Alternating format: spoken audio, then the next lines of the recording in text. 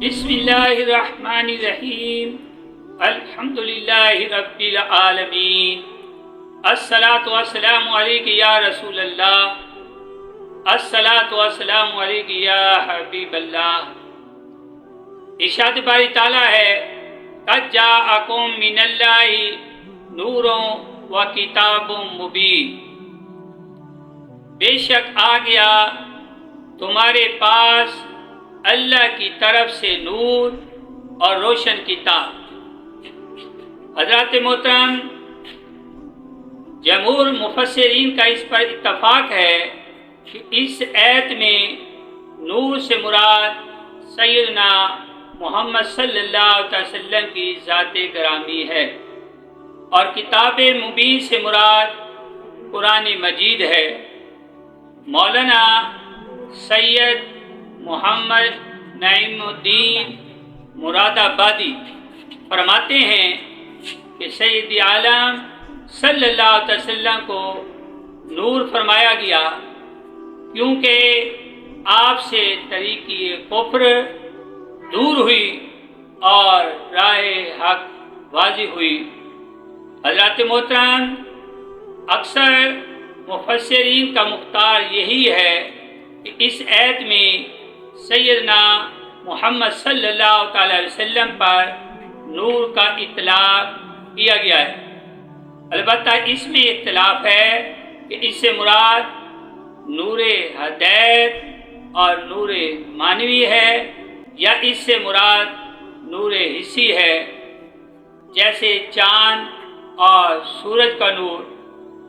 امام ابن جریر، علامہ سمرقندی حنفی، قاضی بیضاوی شافعی، علامہ احمد خفاجی حنفی، ملا علی قاری حنفی اور علامہ سید محمد نعیم الدین مراد آبادی کی تفسیروں سے یہ ظاہر ہوتا ہے کہ آپ نور ہدایت ہیں، اور علامہ علوسی اور بعض دیگر علماء کی بارہ سے معلوم ہوتا ہے کہ آپ نور حسی ہیں۔ حضرات محترم، ظاہر قرآن سے یہ معلوم ہوتا ہے کہ نبی صلی اللہ علیہ وسلم انسان اور بشر ہیں، لیکن آپ انسان کامل اور افضل البشر ہیں، اور ہر نبی انسان اور بشر ہوتا ہے، اور اللہ تعالیٰ نے حضور نبی کریم صلی اللہ علیہ وسلم کو ہماری جنس سے مبعوث کیا ہے، اور اسی کو ہمارے لیے وجہ احسان قرار دیا ہے۔ اللہ تعالیٰ ارشاد فرماتا ہے لَقَدْ مَنَّ اللَّهُ عَلَى الْمُؤْمِنِينَ إِذْ بَعَثَ فِيهِمْ رَسُولًا، کہ اللہ تعالیٰ کا مسلمانوں پر یہ احسان ہے کہ اس نے ان میں ایک رسول بھیجا۔ ایک اور جگہ پر ارشاد فرمایا لَقَدْ جَاءَكُمْ رَسُولٌ مِّنْ أَنفُسِكُمْ، تم میں سے بے شک تمہارے پاس تم میں سے ایک رسول آئے۔ ان آیات سے معلوم ہوا کہ حضور نبی کریم صلی اللہ تعالی وسلم بشر اور انسان ہیں، لیکن آپ افضل البشر اور انسان کامل اور نور ہدایت ہیں، اور چاند اور سورج کی طرح نور حسی نہیں۔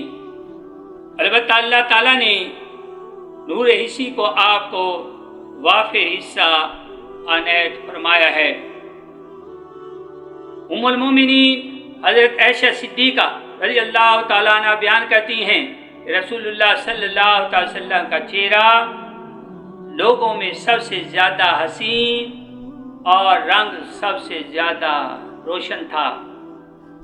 جو شخص بھی آپ کے چہرہ مبارک کے جمال کو بیان کرتا، اس کو 14ویں رات کے چاند سے تشبیہ دیتا اور کہتا کہ آپ ہماری نظر میں چاند سے زیادہ حسین ہیں۔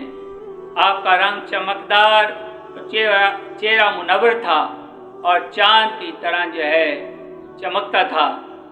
حضرت ابن عباس رضی اللہ تعالیٰ عنہما بیان کرتے ہیں کہ رسول اللہ صلی اللہ علیہ وسلم کے سامنے کے 2 دانتوں میں جھری یعنی خلا تھی. جب آپ گفتگو فرماتے تو آپ کے سامنے کے دانتوں سے نور کی طرح نکلتا ہوا دکھائی دیتا تھا.